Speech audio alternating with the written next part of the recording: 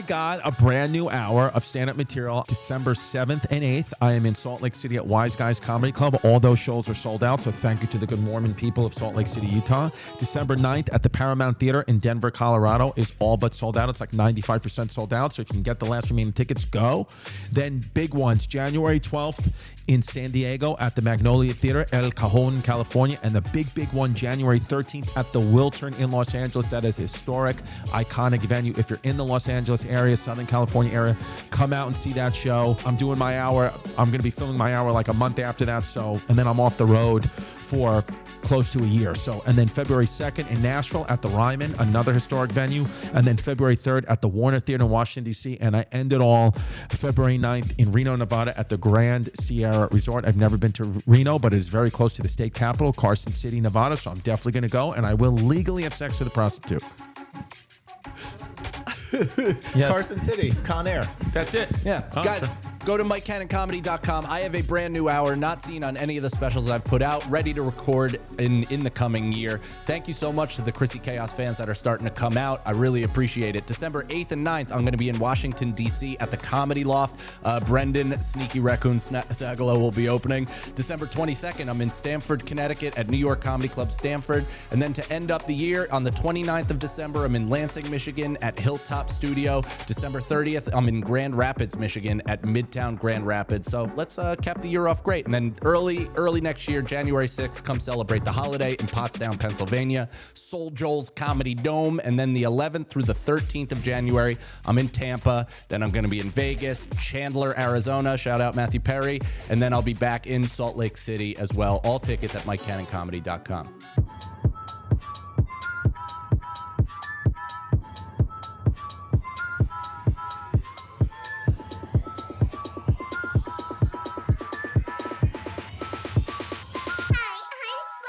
All right, everyone. Welcome to another episode of Chrissy Chaos, a historic episode of Chrissy Chaos, if I may add. This is the very last episode from this podcast studio. We're moving to a new podcast studio.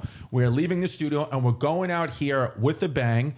Our guest is the one and only Sebastian Maniscalco, and we're going to get to him. We're going to talk to him, but I'd like to start the podcast today, and then I'd like an immediate rebuttal and comment from Sebastian about this. My beautiful co-host, Mike Cannon, who looks like Sebastian's camera guy, sent me an unsolicited text last night, and I said, I'm going to start the show, read this text, because I just woke up and was like, what's going on here?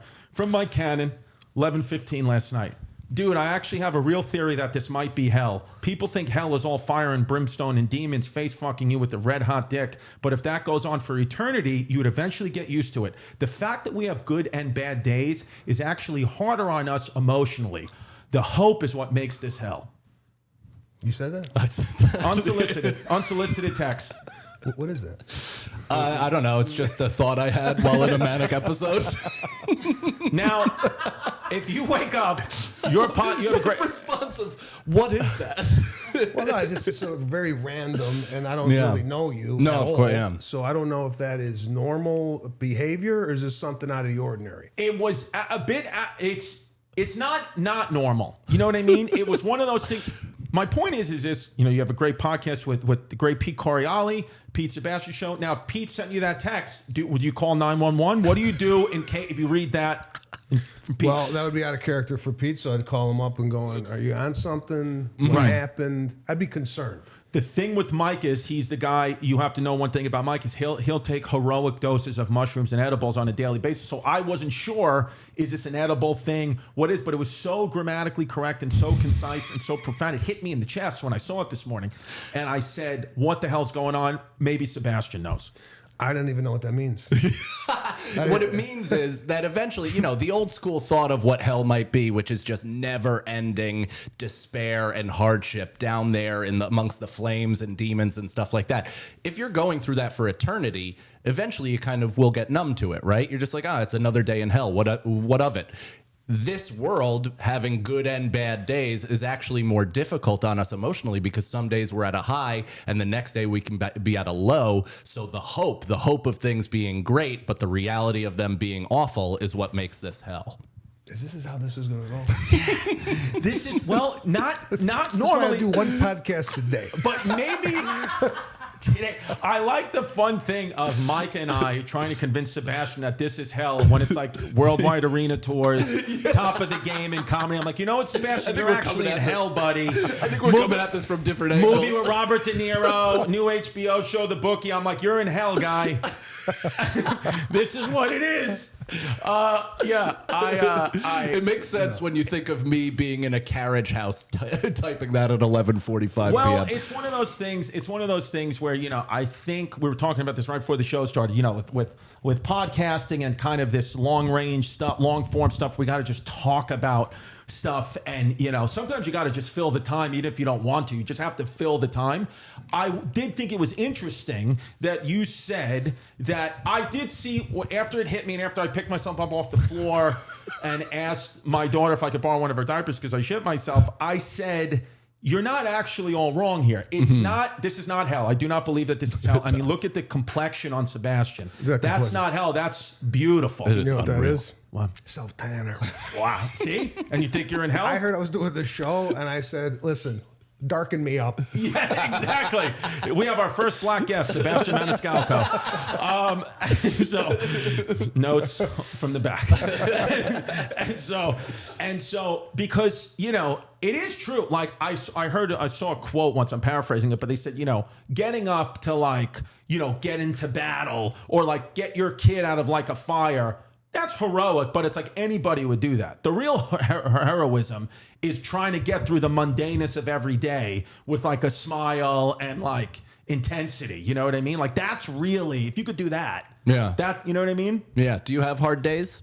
Yeah, I mean, we all have hard days, you know. There's like, you know, raising a family, a wife, kids, you know, the struggles of child rearing. Yeah, there's just tough days. But, and I will tell you, if you're not having a hard day, BlueChew.com, promo code chaos, available for you, sponsoring this podcast on a daily basis. Wow. Slip that ad. That's it, baby. And you'll slip it in tonight, too, if you use BlueChew.com. Chewable tablets made right here in the United States, folks. Yeah, we're all parents here. We're all fathers, right? And you know, we think about Mike and I as you know, comics on the road, you know, with our kids, like missing time away from our family for the business. So you're at like, you know, the pinnacle of all this. How do you? I don't want to say justify is the wrong word. Like, how do you say to yourself, I'm gonna go on the road or go do a movie and sacrifice missing time with them at this point in your career? Like, how do you, I guess justify is the right word. How do you justify it all? Well, so I was very conscious of that, and I'm like, I need to take some time off. And I think you have an older child, right? I have a 13-year-old stepson, an 8-year-old daughter, and a 2-year-old daughter. Okay, so you got a 13-year-old, so you know it goes by fast, right? Oh, yeah. And I don't want to be one of these parents that is missing recitals and this, that, and the other thing. I'm like, what was I doing in Montana when my kid was having her recital? Right. So that has been a struggle for me, and they're at the age 6 and 4 where I'm going to start taking them on the road a little bit more than I've had in the past.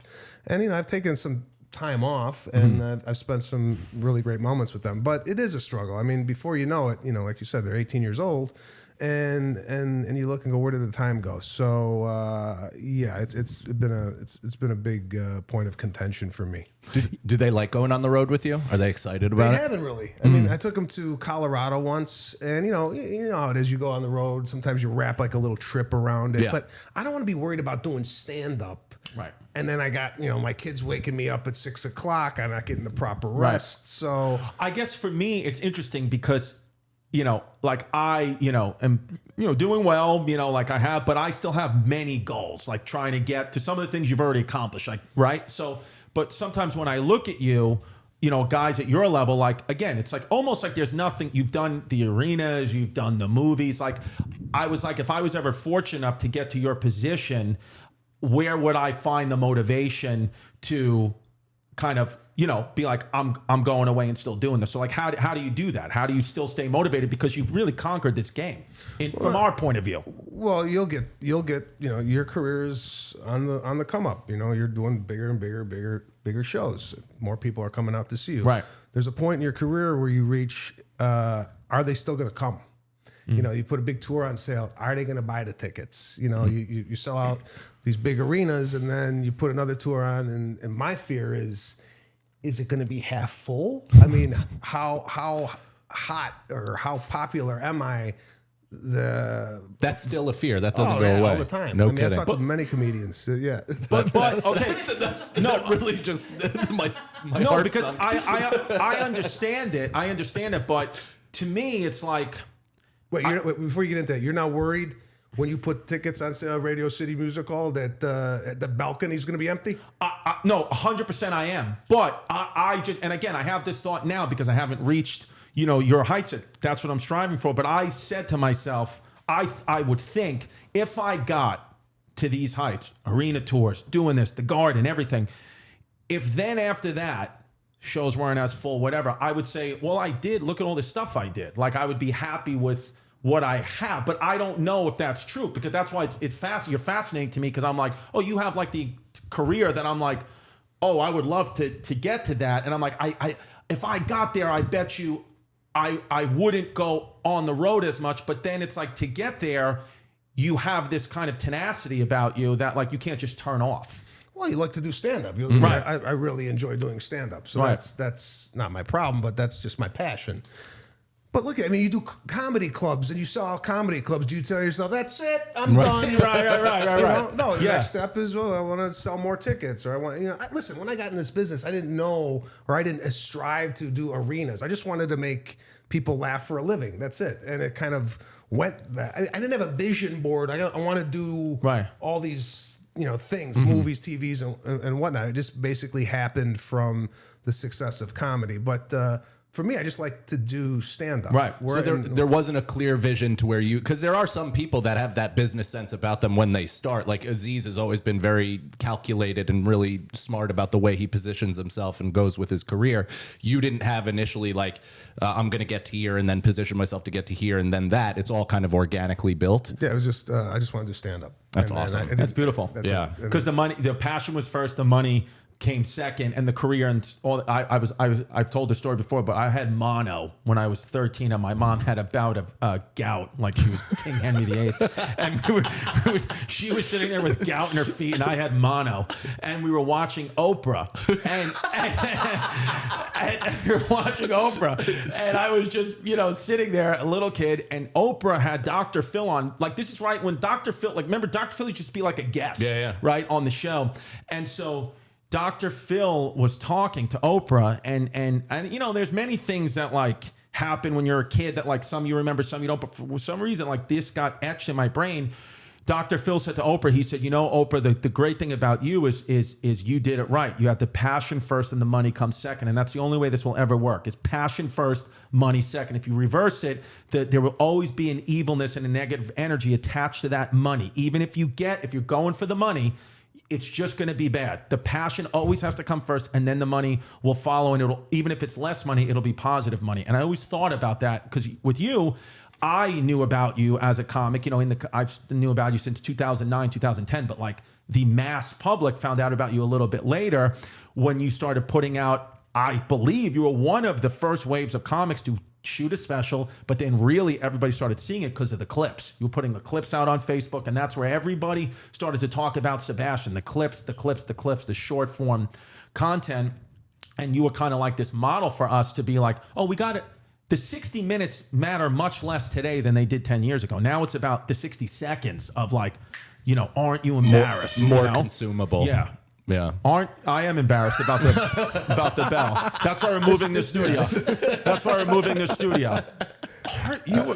We should get whoever rang the bell in, bring them in, and say, "Aren't you fucking embarrassed?"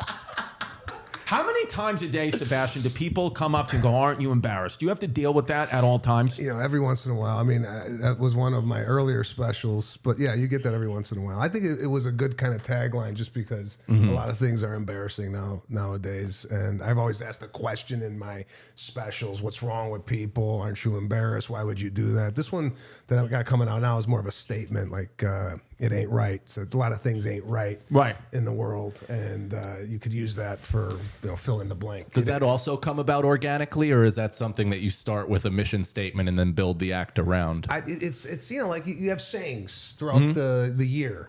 Something tends to stick, and the saying in our home was, "It ain't right." It just ain't right. Yeah. And I said, why don't we just name a tour around that, and the material has something to do with that. It's not all about it ain't right, but there's a few moments in the new material that's kind of the through line.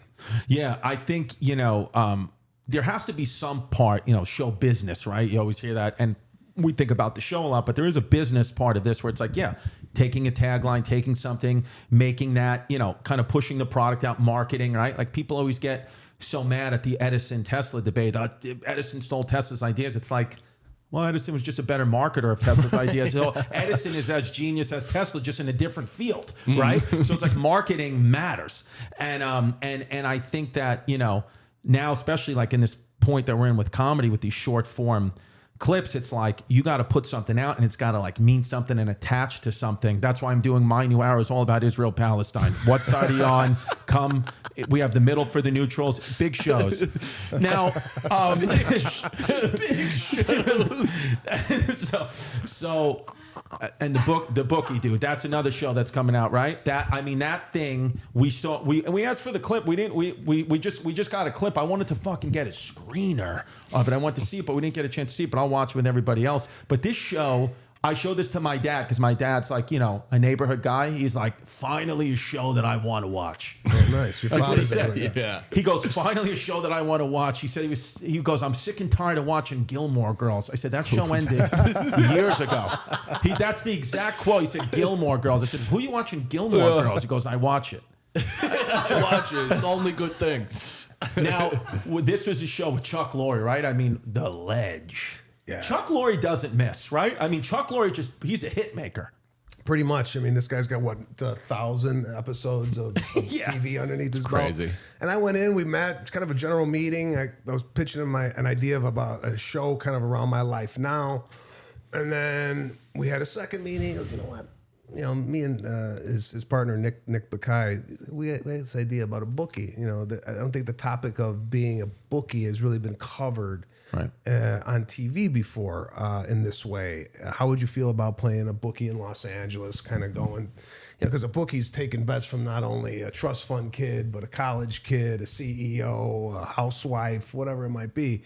And it takes me into a lot of different areas of Los Angeles that maybe people don't really see or what have you. So I thought it was like, this is great. I'm sick of playing myself. Right. I did this movie about my father, which I played myself. I did a pilot 6 years ago playing myself, and Tony Danza was my dad. I'm like, you know what? I want to play somebody that's just not me. And this came along in 8 episodes. Omar Dorsey, who plays kind of my partner in crime or my muscle, is fantastic in it. And, Chuck Lorre is very specific on what he wants. The writing is great. And I really had a great time doing it. Dude, I remember I saw your pilot with Tony Danza, and I loved it. And it came at a time, I had a pilot too with CBS at that time where Chaz Palminteri was playing my father, and your show didn't get picked up and my show didn't get picked up. And I remember my agent at the time being like, don't feel bad, man. Sebastian's show didn't get picked up either. I said, yeah, Sebastian's doing arenas.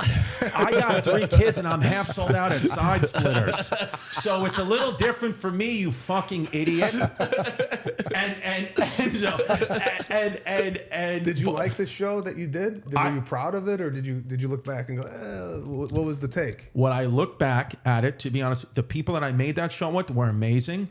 What I did and what I would not do if I ever got that opportunity again this time is I just didn't really have confidence in myself and my abilities and my comedy. I said, you guys are the experts. You tell me what to do. I'm going to do it. And then eventually, maybe if this is a hit, season 2, season 3, I'll start to think about my ideas. And what happened is the pilot went, in the room, it was with CBS. They make you feel like you're, they were introducing me to Ray Romano and Kevin James, and you're this next guy like this, unless Moonves is calling me personally and you're our guy. And then nothing, it goes away, right? Pilot goes, we shoot it. Fails. And when I looked at the pilot, I said, I'm in cargo pants.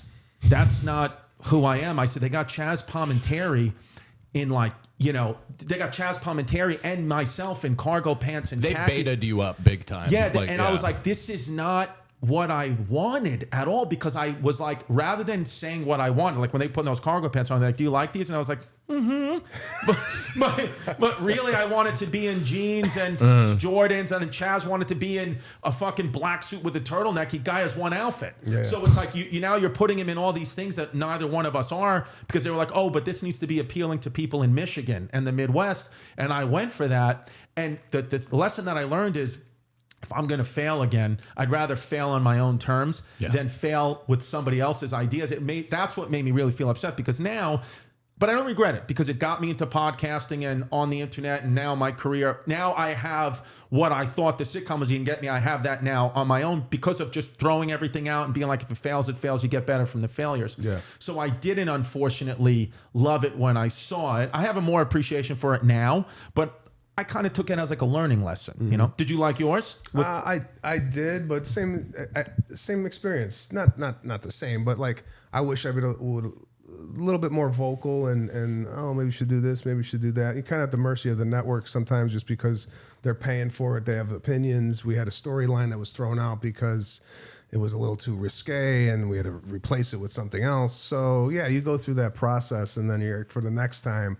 You're more confident going into these situations than you were. That's your first time, right? First time. So you don't know what the hell's going on. With the Bookie show, did you have a lot more, even though because it wasn't necessarily your idea. They pitched you on, you're the perfect guy for this, but were you able to interject a lot of your own thoughts, ideas, characters from your stand-up into it? Well, that's another thing. You're working with Chuck Lorre. He knows TV. I really don't, you know. Right. So he kind of knows what works. But also I have an opinion. So there was a learning curve where it's like, I had an instinct, and I've learned in the past, you got to trust your instincts. You can't suppress them, because if you suppress them, then you end up in cargo pants, right? Yes. So That's a great mantra for life. You might end up in cargo pants. At some point, can you go to my YouTube, Chris On-Aired Pilot, and just pull up what an absolute asshole. Yeah, there we go. What an asshole. I mean, that is not how I dress. That is not how Chaz dresses. I mean, I felt... You know, listen, it was a good show. I mean, the actor, Chaz is fantastic. You know Chaz, I'm sure. He's a fantastic actor. I mean, this guy, Chaz, would be doing his scenes like in rehearsal, and the camera people would be clapping because of how much he nailed it. And then I'd come in and be like, my name's Chris. You know, like just like an idiot.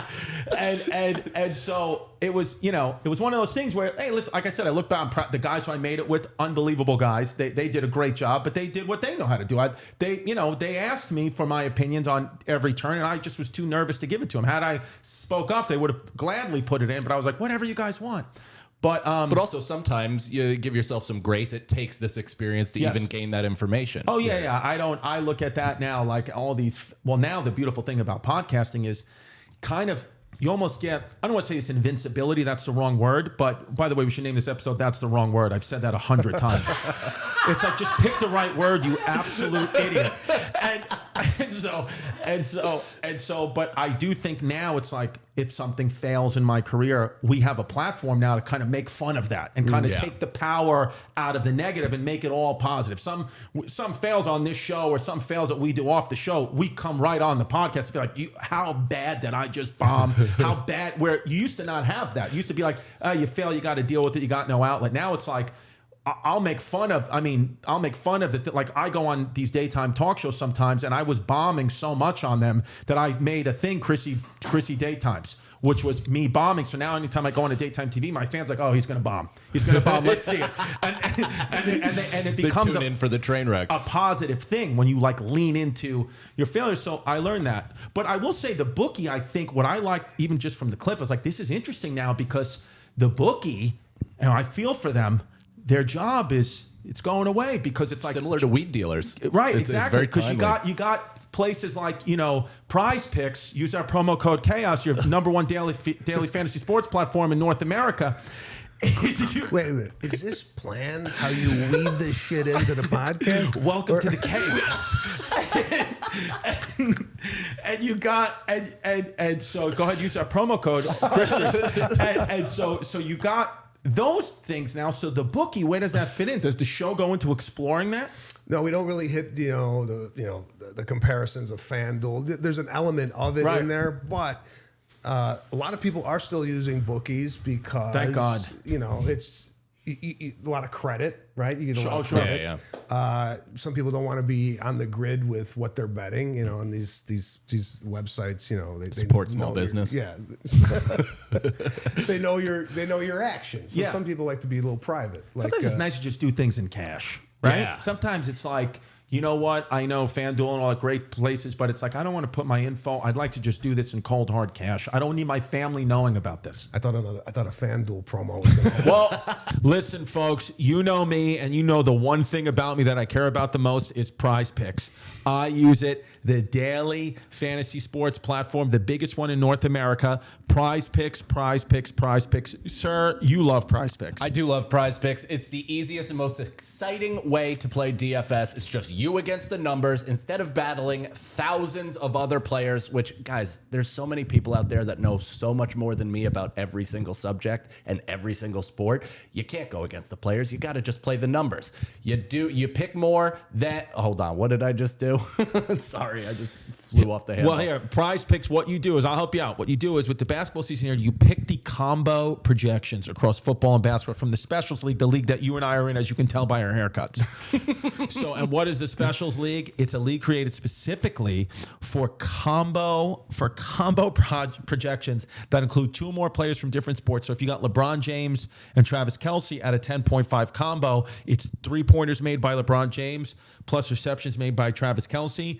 The 10.5 combo, that's how you win or lose money. Oh, that's cool. All right. Is that cool? If the Prize Picks even offers a reboot policy so that your entries stay in play, even if one of your players gets injured. That's wild. So for football and basketball games, if you have a player, it's like I'm finding out for the first time.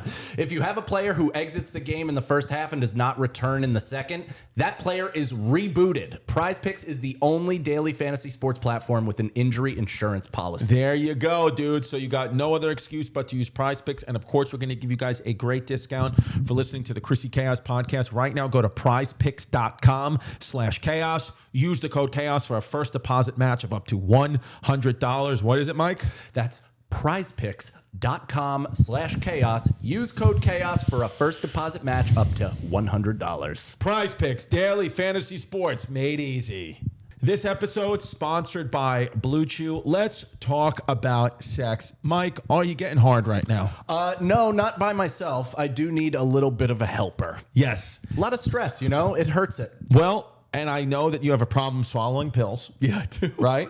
So BlueChew are chewable tablets made right here in the USA that has the same ingredients as Levitra, Cialis, Viagra, that gives you the rocking hard penis that we all love to see, that we miss about you. We do miss that about me. I know my wife does specifically. Yes. And, and when you chew them, they actually get into your bloodstream quicker. So it gets you torqued up, ready to go right away.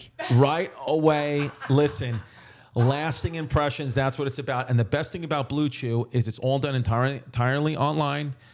You talk to someone, they make sure you're healthy enough to do it. No awkward conversations, no visits to the doctor's office, and then they send you the BlueChew shipped directly right to your door in a discreet package. But nothing's going to be discreet about that package. You're going to be so freaking stiff, your cock's going to look dead. That's right. You're going to wear gray sweatpants with full confidence for the first time in your life. 100%. My penis is going to be as big as Vito. Try BlueChew for free when you use our promo code CHAOS at checkout. You just pay the $5 shipping. That's BlueChew.com, promo code CHAOS to receive your first month free. Visit BlueChew.com for more details and important safety information. We thank BlueChew for sponsoring the podcast and sponsoring our boners.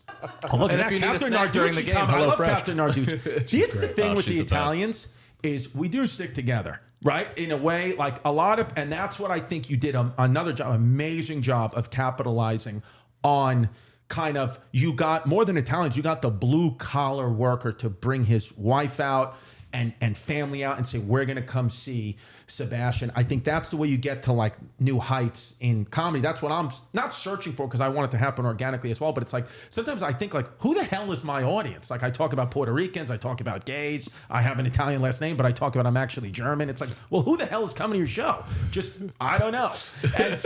And so was that, I guess, probably the same answer. You didn't even think about you just put the product out and the audience came. Well, I did think about that because there was a thing I did about Italian weddings in one of my specials, and I'm like, is anybody gonna get that? You know, like going to an Italian wedding and the busta and the money and this, that, and the other thing. I said, put it in and see what happens. And a lot of people gravitated towards that. And then it's not like I said, oh, here I got something. I'm like, all right, why don't we start talking about me personally, my culture, how I grew up, my father, which is a huge part of my act. And I wasn't talking about that prior. I was talking about, hey, I went to Subway today, or went to Ross Dress for Less. It was kind of like just general observation. And as soon as I started getting personal with, this is the way my father brought me up, this is how he behaves, this is how our relationship is, there was a lot of people started to relate to that and started to bring the family out. So I started to get like, you know, the neighbors and the family, and the 18 people would come to a show because they all kind of related to the way I grew up. So yeah, there was a lot of Italians that gravitated towards the material, but again, you don't have to be Italian to get it. You could be Spanish, Greek, any ethnicity has that same kind of because I think it was, you know, it's about family and kind of like, you know, you almost being like the straight man around these crazy family, which a lot of people feel that way. But that's actually the cool part, is that it's not just Italians, it is other cultures that see their similarities within that, because I'm Irish, and my family will send me Sebastian clips all the time and be like, this is our family, we relate to this, look at that. I'm an external trickster. By the way, she really has a great laugh and really keeps the momentum going here. Is that natural? Yeah. Yes, Okay. it's natural. That's a plant. Yeah, we have it piped in like. Yes, we always have a random Greek laugher off camera. And what about the decision? And then we'll get off comedy, because I know some of the fans are like, I don't want to hear about comedy. Well, it's like, well, you're going to hear about comedy. That's the thing. Okay, you don't want to hear about me, Mike, and Ian Fidance talk about our times. It's like stand-up. When you got, you know, a guy at Sebastian's level, you talk about comedy, so you just shut up and fucking listen. Nobody's even mad at me. Sometimes I just yell at my fans. They're probably enjoying it. I was like, did people say that? And what about the decision to be clean? Was that a decision, or is that just naturally where your comedy comes from, is where you're not really cursing and getting too vulgar almost ever? Yeah, I like working corporate gigs. So if you're clean, you work a lot more corporate events. Right. And a lot of people don't like working corporates just because it's stuffy. You can't say this, you can't say that. So I'm like, all right, that was a business move. If I'm going to work outside of the realm of stand-up comedy clubs, corporates pay more. And if I'm clean, I'm a little bit more marketable in that space. Right. Because, you know, corporate work, I think, begets corporate work. So if one company has you and you kill, and he's clean, you don't have to worry about him. You know, human resource. You know, so they don't have to worry. They feel safe, and kind of that's where the clean stuff came in, because the high end corporate work, generally speaking, they're looking for clean comedy, and there's not a lot of it. No, I feel like the ones that stick, you, Nate Bargatze, Jim Gaffigan, Regan, Ryan Hamilton, Jerry Seinfeld, Regan. It's like there's only like a few. It's like 10 maybe of like known guys. But what happens then in your writing process if you do think like you got a bit that's pretty good, but it is a bit vulgar or a bit edgy? Do you just say, well, you know what, it's not for me, and I lose it? Do you say it on the podcast? What do you do?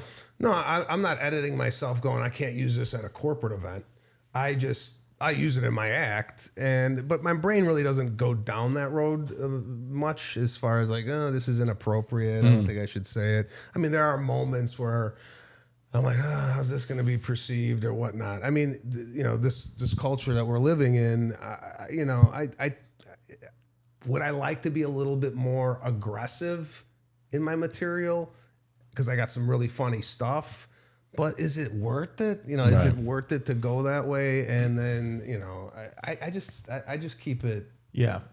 Yeah, because I'm asking that question kind of for personal, because, you know, just recently, like over the last 2 to 3 weeks, you know, my girl, and even my mom were like, you know, you're doing great with comedy or everything, but like some of the stuff that you've put out, material, stuff on podcasts, whatever, like your daughter's 8 now. So at some point, already one of her friends, it was all positive. One of her friends was like, she came up to me, she's like, Mommy, Daddy, my friend's dad knows you, says you're like a crazy comic, but he loves you. And I was like, and crazy. And then I was like, uh-oh. And then I've noticed like my mom at Thanksgiving last week, there was a new person at Thanksgiving, a family member's new boyfriend was like, my son's a comedian, but don't, listen at the, your own risk. Like, it's vulgar. And I'm like, you're introducing me like I'm a porn star. Like, and I'm like, am I? Because like nobody's ever come up to me and been like, you're a dirty comic. No. But it's only now, like as I'm moving forward a little bit, I'm like, I can't change the past. What's out there is out there. There's nothing I can do. But it's like moving forward, I got to start thinking, okay, you got a bit that gets good laughs, that's right on the edge, but is it worth it? I've started for the first time in my career saying, is this worth it? Even with clips when Venetia and I talk or we would put something out, I'm like, it'll be funny, but I'm like, it's not worth it. Yeah. And I never used to do that. I used to be like, you know what? Throw it all out there. I'm me. But now it's like, and I've been, I love my kids are my whole world, but I'm like, only now when my daughter's 8 and I'm like, she is going to one day be like, can you explain why you're the 9/11 guy? But it's smart of you that you don't have to deal with that. Well, I mean, I just think, you do what's funny, right? As soon as you started editing yourself, you're not funny anymore. Yeah, right? That's true. So there's a fine line. Right. So you do what's funny, but then you ask yourself, is it worth it putting this bit out that you did? Yeah. And possibly getting blowback from this, that, and the other thing. Right.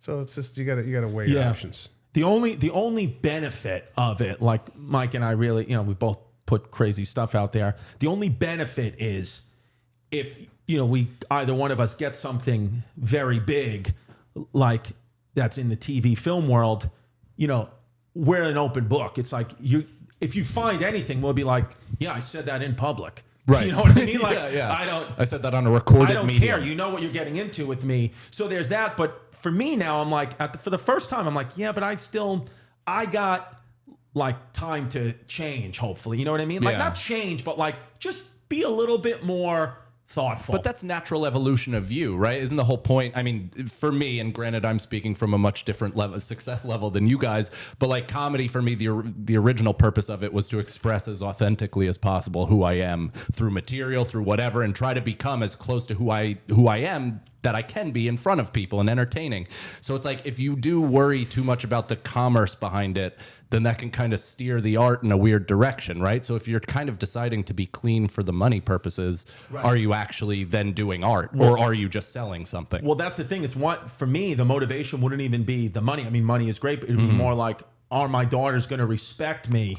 Right. You know but what I mean? Don't you want them to live authentically? Like, don't you want them to live as much as who they are, as transparently as possible? So what are you saying? You want me to go out there and do material about their mom's butt? You think that that's okay? I don't know. I'm just offering a counterpoint because I wrestle with this shit all the time. Yeah, he makes a good point. Like, are you being clean for financial gain? No, not necessarily. I just kind of noticed that I was making $1,200 a week at a comedy club, and I was waiting tables, right? And my comedy generally is observational and not a lot of swearing. And yeah, there's swearing. What are you doing on the phone? I was pulling up. No, I was getting ready for the next segment. Here we go. Make sure we keep that in. Yeah. Is this younger shit where you could multitask? Because once I look at my phone and someone's talking, whatever the person's saying, I'm not even listening. No. I was listening. I just wanted to get it geared up. Here we go. I'm teasing you. No, here we go. And by the way, I will say, with multitasking and things like that, the number one stop for multitasking, ShipStation.com. Promo code Chaos. They'll explain everything. They'll help you with everything. You just focus on what you got to do. Let them handle the rest. ShipStation. Get shipped.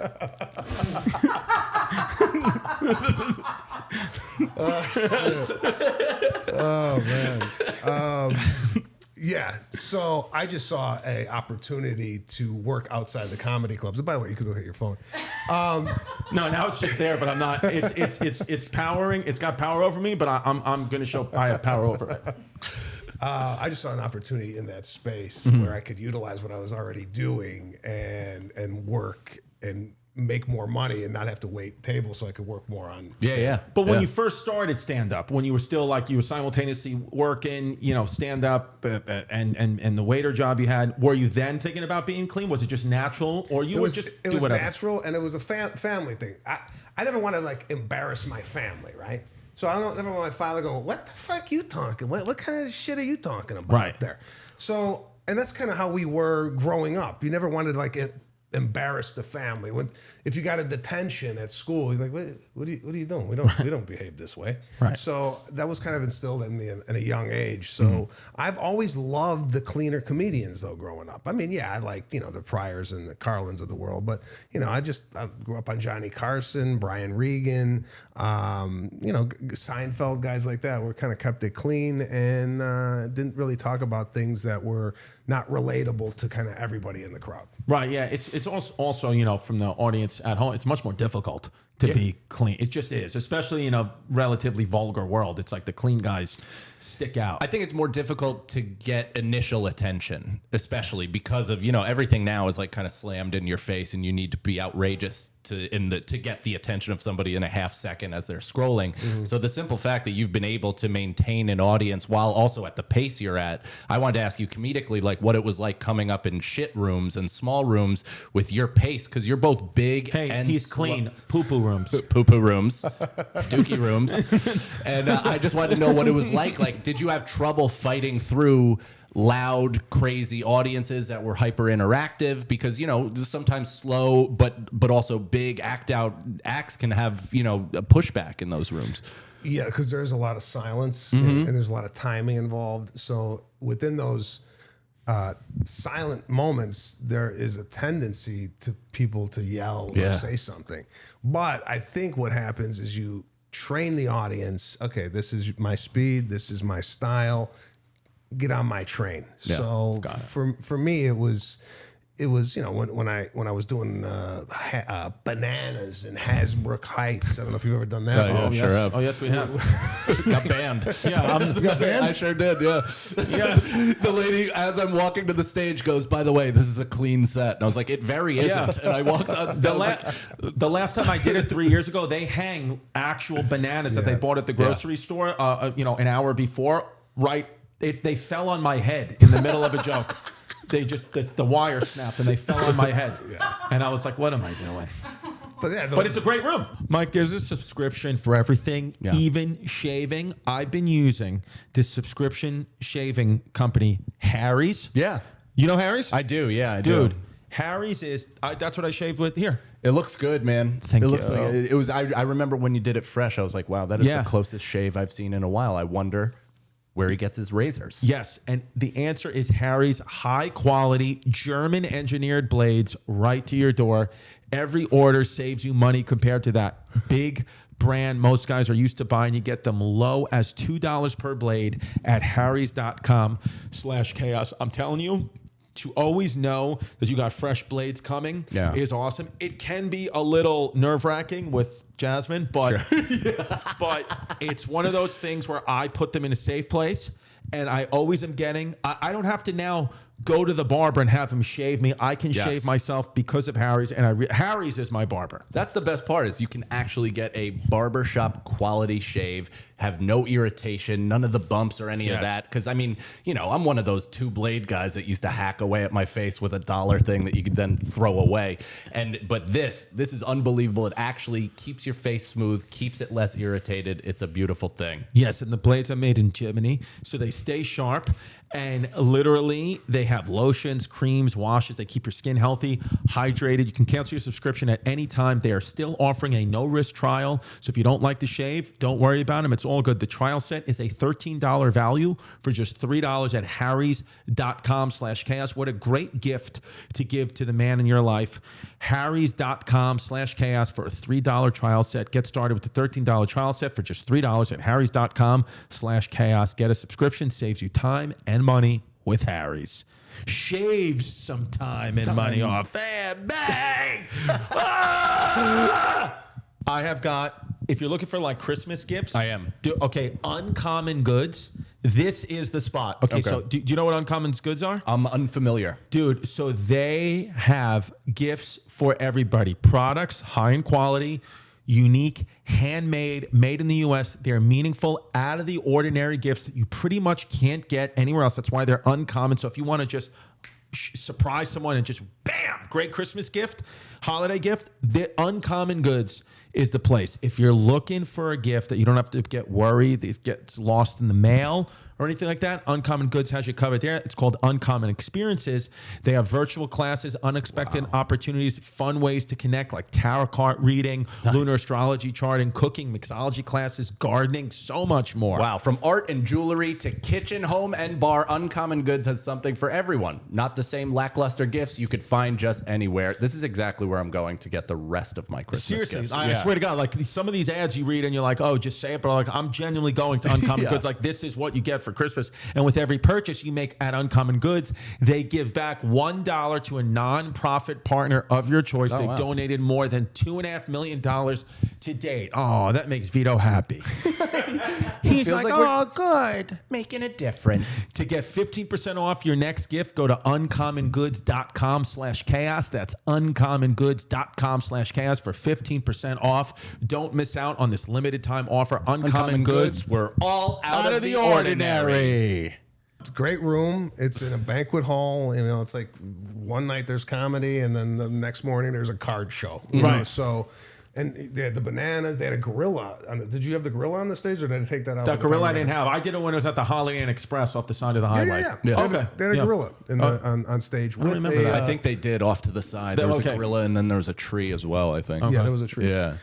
But yeah, I mean, you're doing 54 people at Bananas on a Thursday, and you know, that's what the beauty of stand-up for me is learning in those environments, learning in those rooms, going to Manteca, California on a Wednesday night because they were giving you $100 and they were giving you 45 minutes. You couldn't get that in LA. So yeah, I'll go to Manteca and drive 3 hours for more time. And you kind of, you know, you need that. You need that as a foundation, as a comedian, I think, to build upon. So when you do other bigger shows, nothing really phases you because you've seen it already. You know? So here we go. I want to ask questions from my manager, known as the Italian woman, is what we call him. He did some digging on you. He's always got a source everywhere. This guy, these are the questions that he has. This is what he wants to say.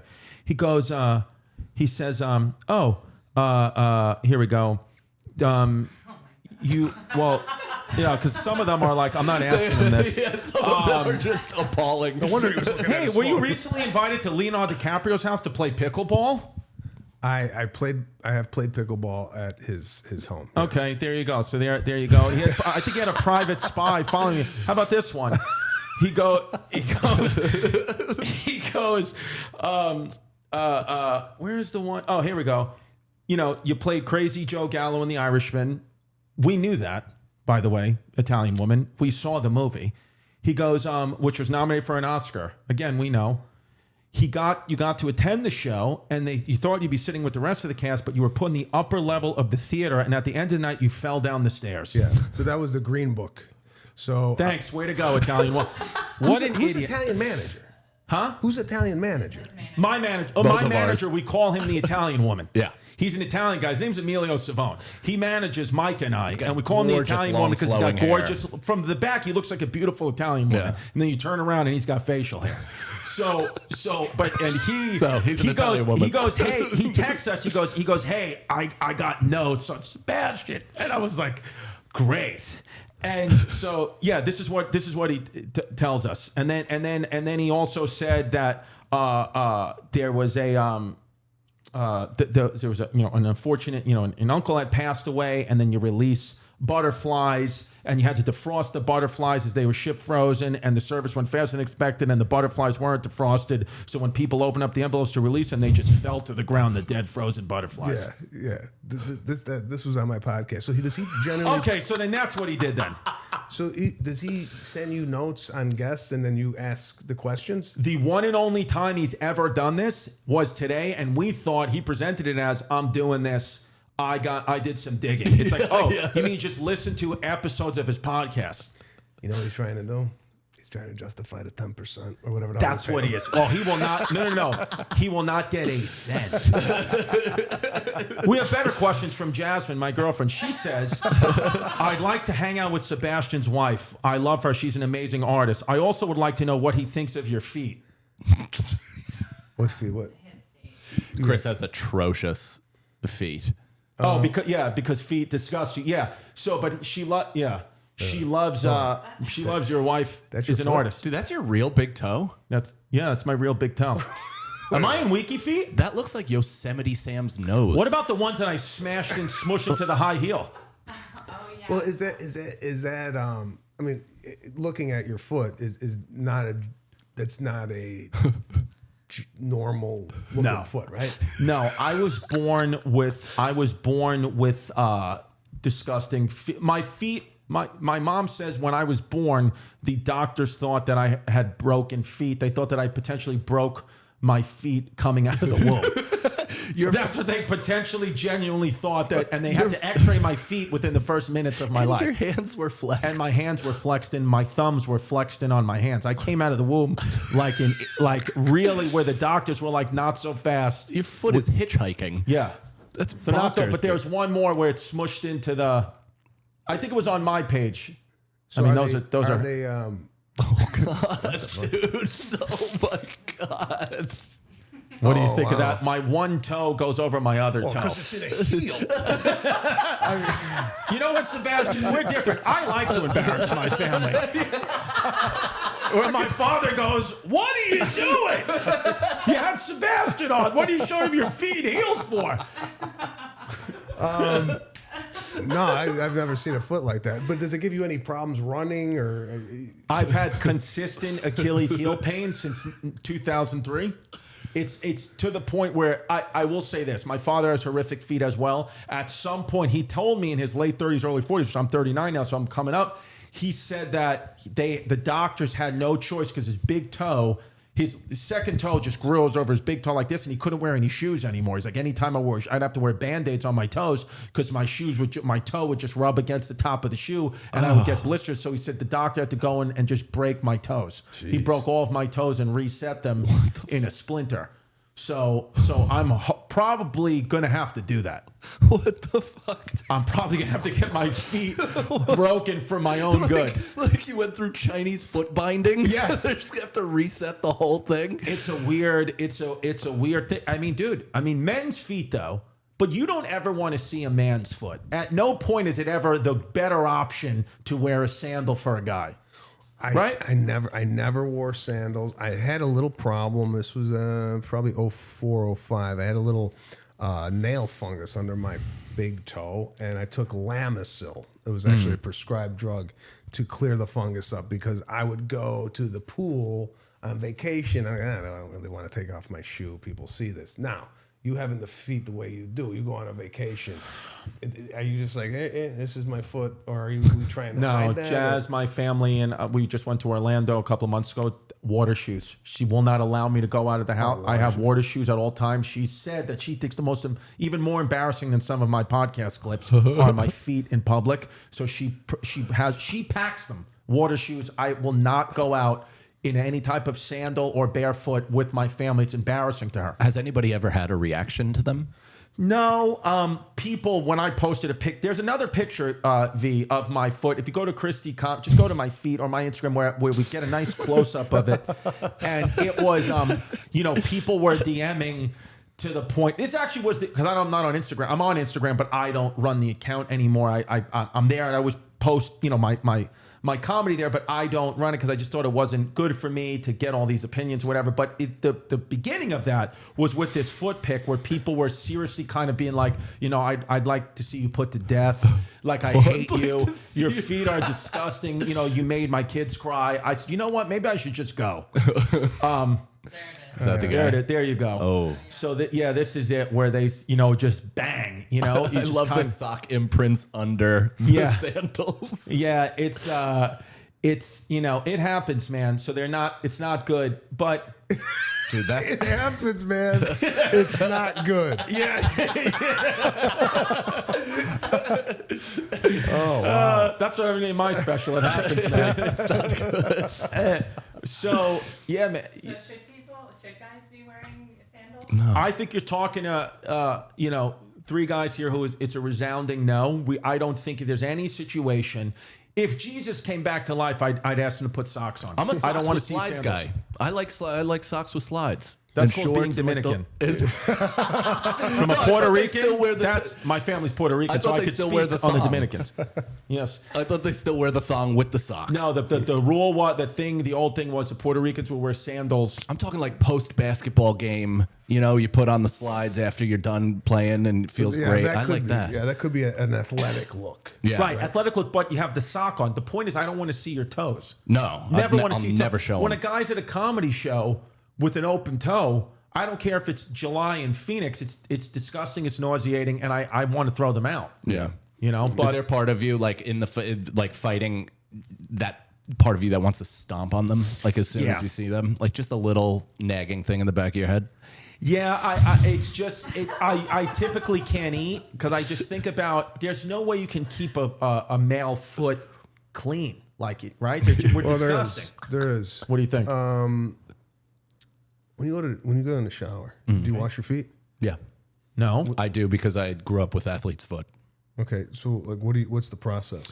I soap under the arch, I get between the toes, top, and then I almost slip to my death every time. Okay, so a lot of people don't do that. I have a scrubber, Mm-hmm.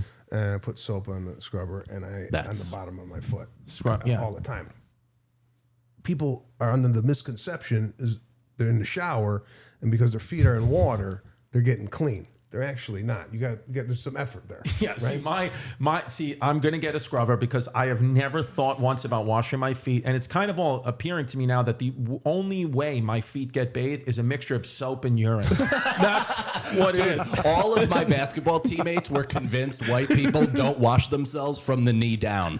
You're right. They're like, you guys don't You wash, don't you wash don't yourself. shower your shins. I fit that stereotype because I'm thinking about like I took a shower this morning. I didn't even attempt to wash my feet. I said it's getting lathered up with soap and urine, and yeah, I'm gonna have to get a foot scrubber. Mom, that's what I want for Christmas. I know this is an episode she will watch. Normally my mom will not watch. She cannot watch, but with you, she's gonna watch. So, Mom, Dad, you've asked me 10,000 times at Thanksgiving what I wanted for Christmas, and I just said I don't need anything. I'm telling you now, I'd like a foot scrubber. I'd like a foot scrubber. What does somebody like you want for Christmas? Like, do you have any like thing? You know, what do you get your wife? I mean, getting your wife is probably pretty fun at this stage in your career since you have kind of endless resources. But like somebody like you, what do you want? Yeah, endless resources. You know what I mean? Elon Musk. Yes. No, it's not like I got a wish list of what I want. For me, Christmas time right now is really special because of the kids. My kids are writing what they want from Santa, and I got a whole list for my 6-year-old daughter of what she wants. You know, half of it I don't even understand. I can't even make out the spelling and whatnot. So for me, I don't know. I'm just looking for screen wipes to wipe my phone down. Right.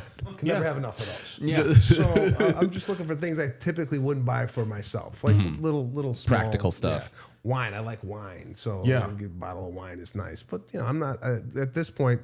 The joy of giving is a lot better than the joy of receiving.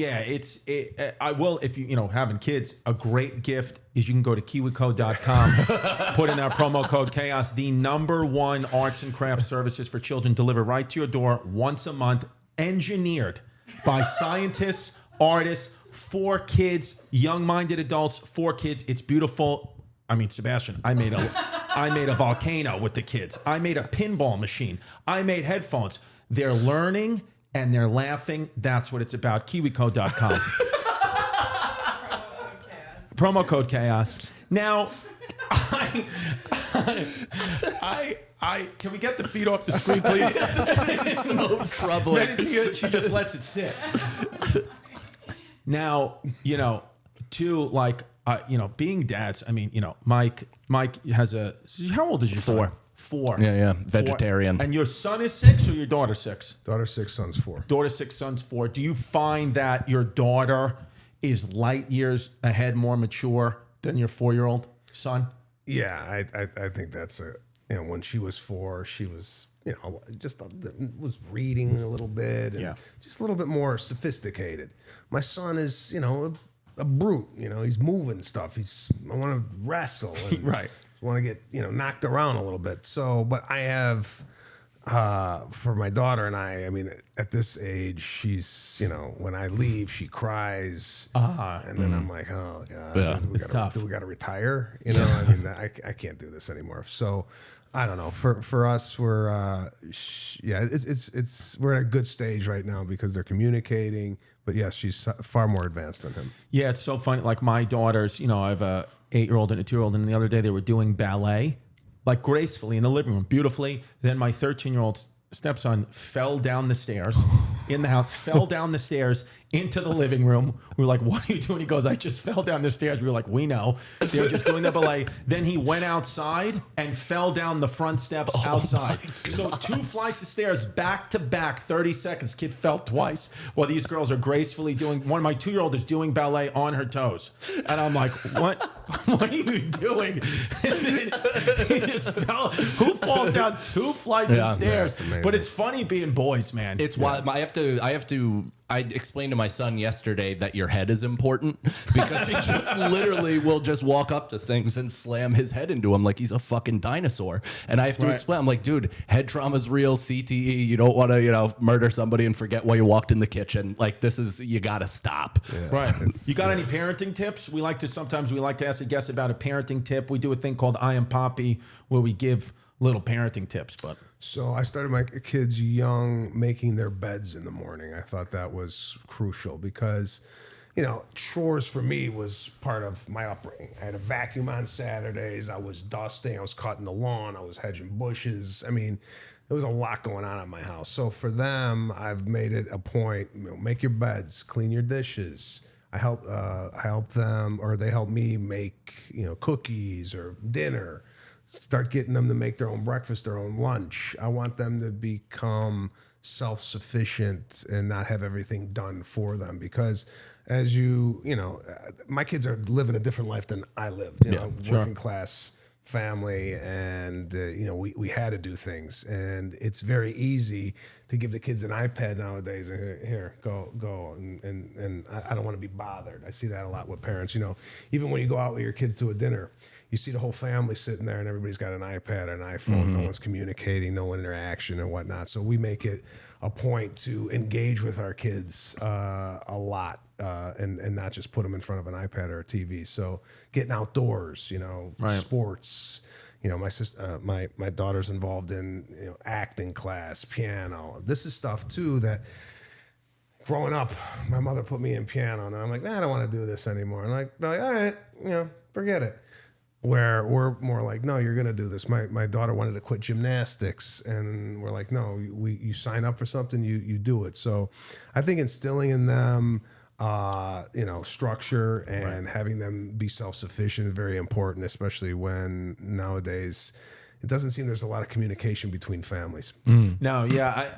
I try to now take the opportunity. Like we moved from Staten Island. We moved off that. And when we were living on Staten Island, my daughter was on the bus, right? And I was thinking she would take a school on the corner. I'm thinking, oh, this is great. Like, just drop her off on the bus, get her on there 7:05. I don't got to sit in traffic. I can start my writing and whatever, and she's safe on the bus.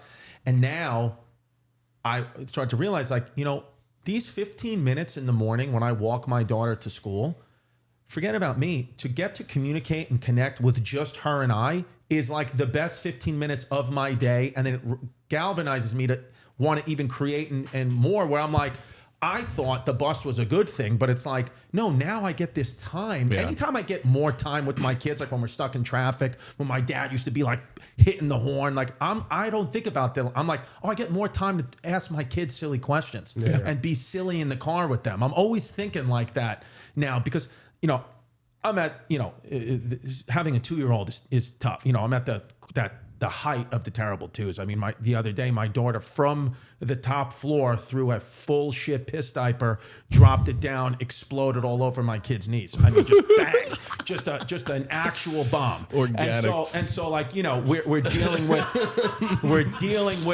it's tough not sleeping, like all that. But even that, I'm like, even her being 2, like just like when she's crying and all that, I used to just at times just get frustrated and be like, I wanted. Now I'm like, I get to hold her to calm her down. She gets to feel my body and my heart. This is all beautiful. And you're eventually going to miss it.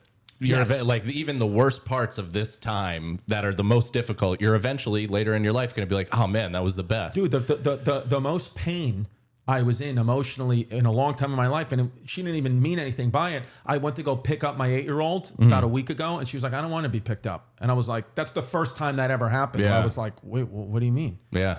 I always pick you up. That's wild. But she didn't want to be picked up. She wanted to be, she's like, I don't want you to touch me right now. And I'm like, yeah, but I'm your dad.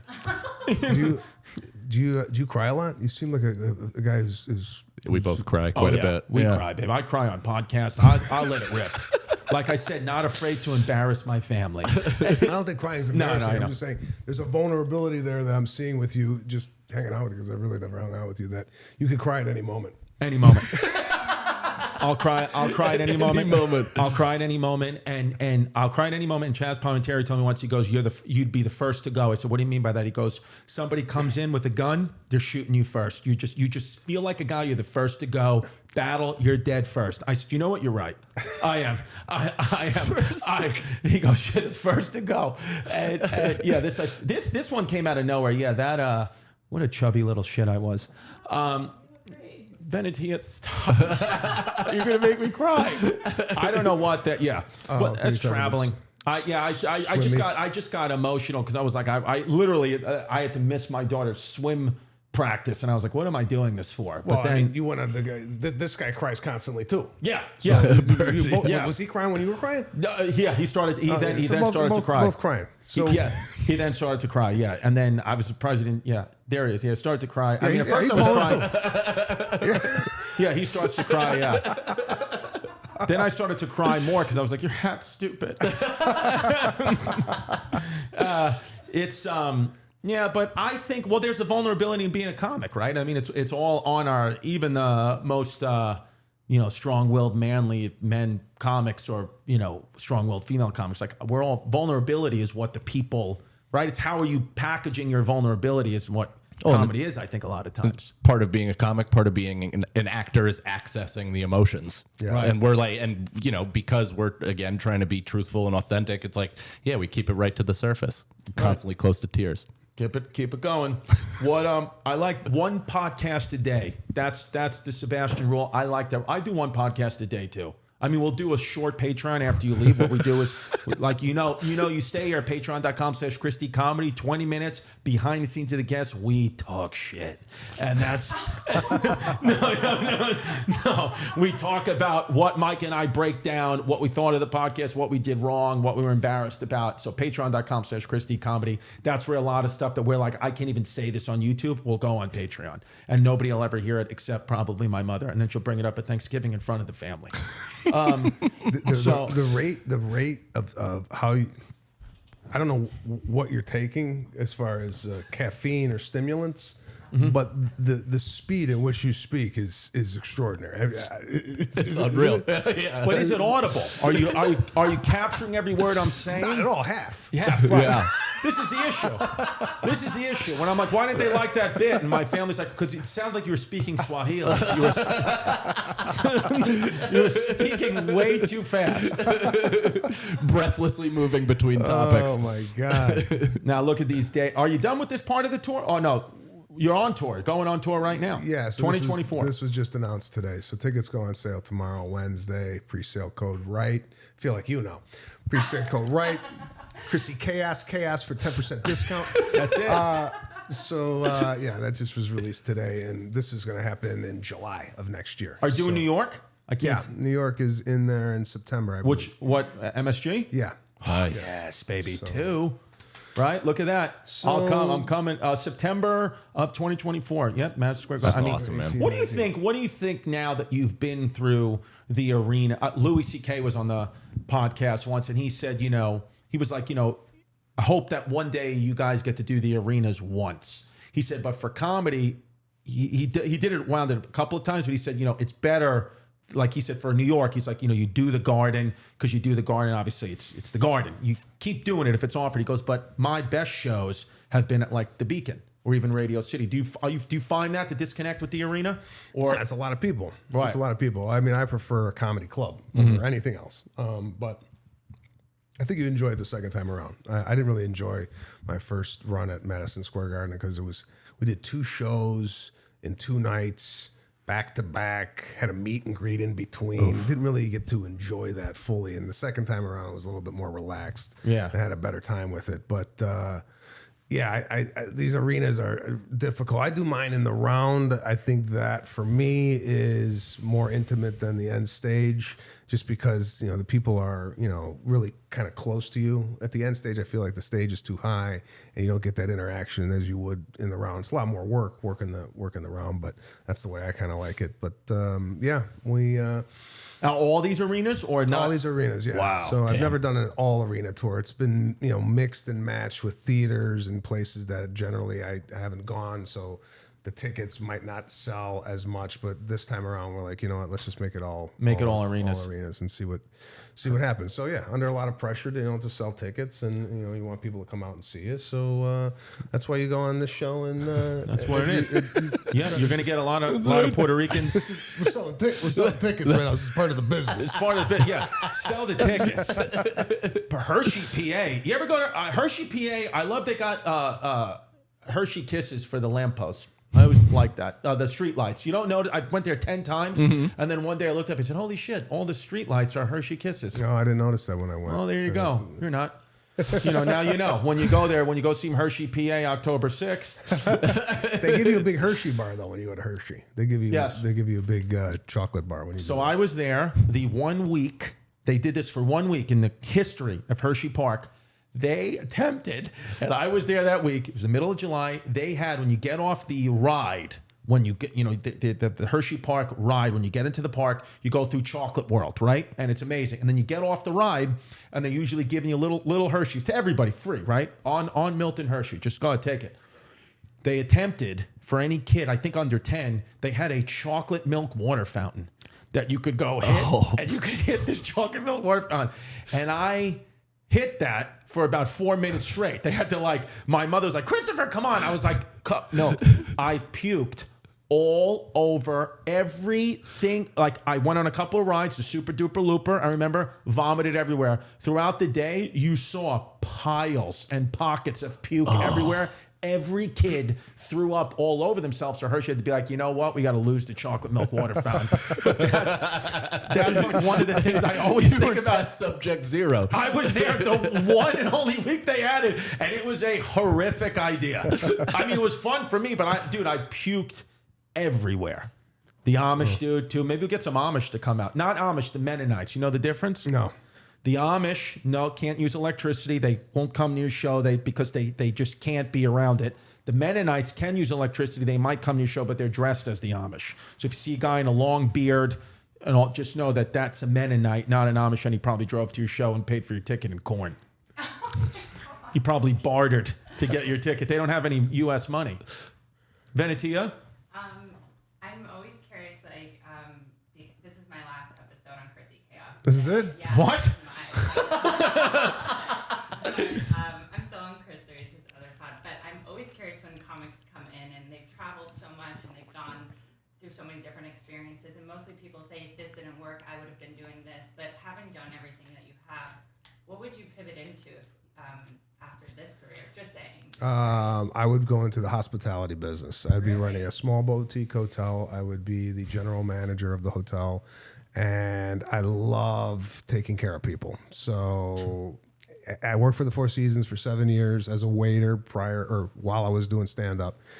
And I didn't appreciate that job as much as I would now, just because, when people come over, if I find out that you like a drink, I'll make sure I have that drink. Or just love cooking for people, just love putting a smile on people's faces. And comedy, obviously, you do that with, but for hospitality, for me, I'd be running definitely a small hotel. Me and my wife. My wife loves it too. Yeah. Maybe you'll do that. Why don't you do that? Yeah. By the way, 10% off. fourseasons.com. Chrissy Chaos, 10% off. You should. You guys really should use those promo codes. Doesn't Pete Coriali too live in the middle of New York, nowhere? Yeah, he lives in Fredonia, New York, where is there a lot of Amish. That's where his family his wife's family's from. So What a beautiful thing, right? To just, because I've said that to myself. You know what? I'd probably be easier if I just lived somewhere else. But I'm like, I get nervous leaving New York. But Pete was like, I'm still a comic, traveling comic, got a great podcast. Pete Coriali, I remember when I first started going to the Comedy Cellar, he was there every night, and we just annihilate. He's a beast. Annihilate. Funny. And I'm like, good for him, dude. Just Yeah. fucking, it's kind of like being off the grid, but still very much in the game. he's off the grid. He's off the grid. He is. He ain't coming to do Chrissy Chaos. No, maybe get him a phone call. Call him up. All right. Well, Sebastian, enjoy the day. I will. What are you doing Right now, I'm going to go to Times Square and take a picture in front of the big billboard that we have at Nice. Times Square. Beautiful. And then I got to go to the Drew Barrymore show. Love it. What a day. That's my day. Tell her we said hi. Yeah. Yeah. Now, what was because the episode comes out in 2 weeks? What hotel room number were you? What hotel? What was the room number and what was the hotel? 2617. There it is, baby. See, go find them.